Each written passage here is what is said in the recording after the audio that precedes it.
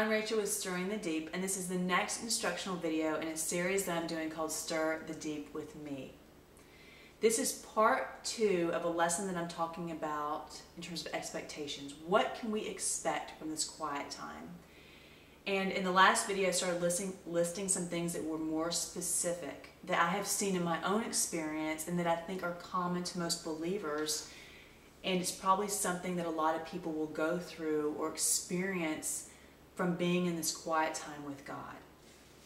So the next one that I want to address is about purpose. Why am I here? What's my purpose? Why was I created? And the thing is that each one of us is so unique. No one can replace anybody else. Because you, with your personality and the time that you were born and where you were born, God created you in all of that and placed you there for a reason. And it says in the Bible that He has good works planned for us, that we are His workmanship, right? And so there are things that God has in store that He wants us to do and to accomplish. And I think, and this is what I have found in my life, that as you spend that time with God, you're developing a listening ear. So that as He starts leading you in life toward those works, you're going to follow Him. Otherwise, you're really listening to the world or other people's advice or what you think is best. And you don't know, and they don't know. But God does. And so you're connected to His Spirit and you're listening to Him because you're spending every day with Him. And so you're understanding how to hear Him and you're seeking His guidance and you're hearing it and you start to follow it. The other part of that is what I mentioned in the other video, is that He starts working on you, preparing your heart and your motives for the works that He has for you. And the other part of this is that part of God's plan for you is that you are connected to Him and that you have that intimacy with Him. So I don't think that you can truly fulfill your purpose and have contentment and satisfaction and passion and joy and true fulfillment and doing all that being disconnected from Him, because He's a part of the plan. So those are some of the reasons why you gain kind of that understanding of what your purpose is, and you move into it by being in this quiet time with God.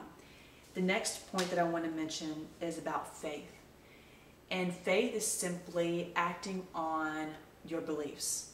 And your beliefs are God's truth and His wisdom.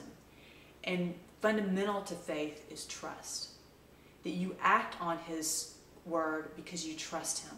Because a lot of times, God's ways aren't our ways.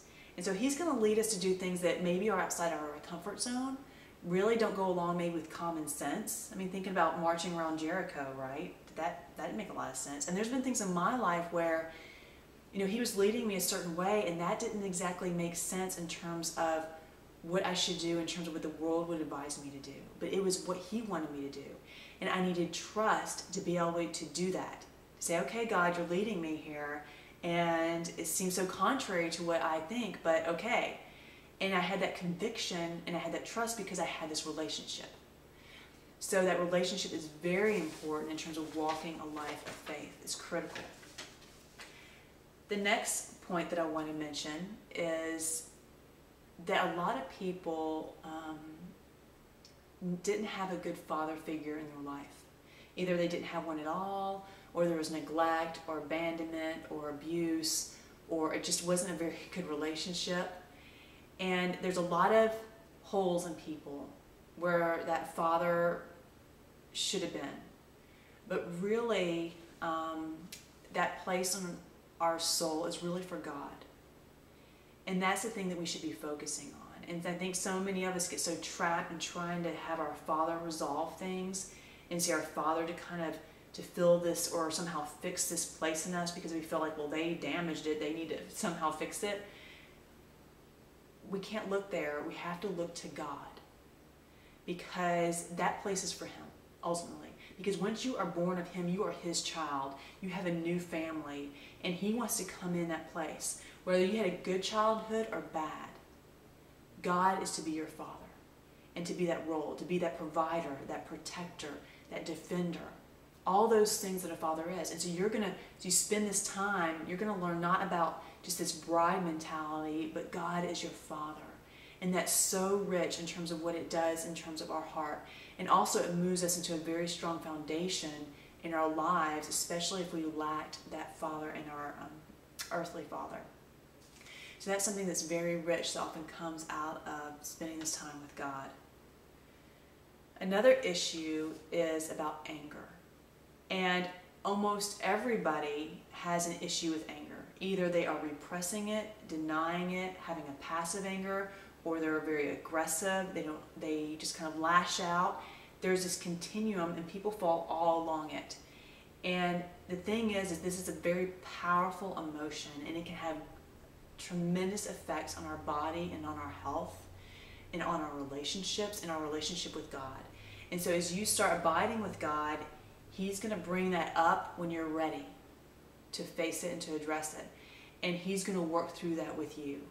And when He works it through with you, He starts instilling truth and enables you to forgive or let go or whatever it is that you need to do. But to me, this was something that I really struggled with. And you can't, and I could never really deal with it on my own. But I don't think we're meant to deal with it on our own. It's meant to be in a connection with God and Him working in us. And so when you allow that to happen in this area, that's exactly what happens. So that's just another area that I think a lot of people struggle with, that as God brings these up, I'm doing it to encourage. One, to kind of show you kind of what's coming up. And two, that when these things come up, don't just turn them away and go, oh, I don't want to focus on that, or I don't want to think about that. If they're coming up in your quiet time, pay attention, because it's probably the Spirit bringing it up for a reason. And just walk through that with Him, not on your own, but with Him. It makes a huge difference.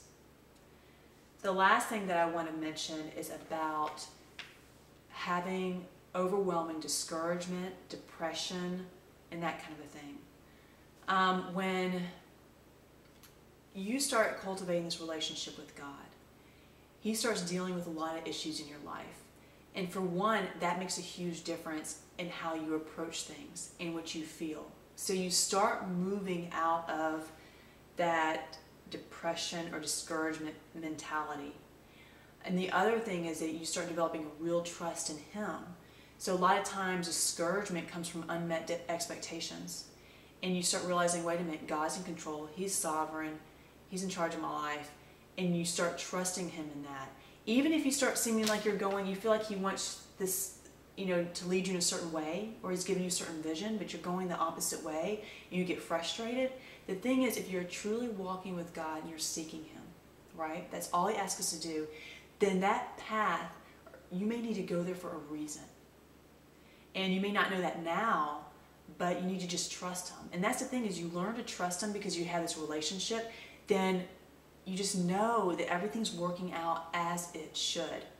So when you have that kind of trust with God, then it just puts you on a different plane emotionally, so that you don't get sucked down so much into these kinds of emotions. I've seen this in my life. It's tremendous. We so much just underestimate what this relationship with God does in our life just because we haven't been there. We've never experienced it. We have nothing that we can compare it to. But let me tell you, as you cultivate this with Him, that things are going to change in your life. It will happen because you're engaging the presence of God. But again, it takes time.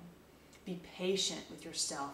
Leave those time expectations up to God and how He's going to work it out in your life.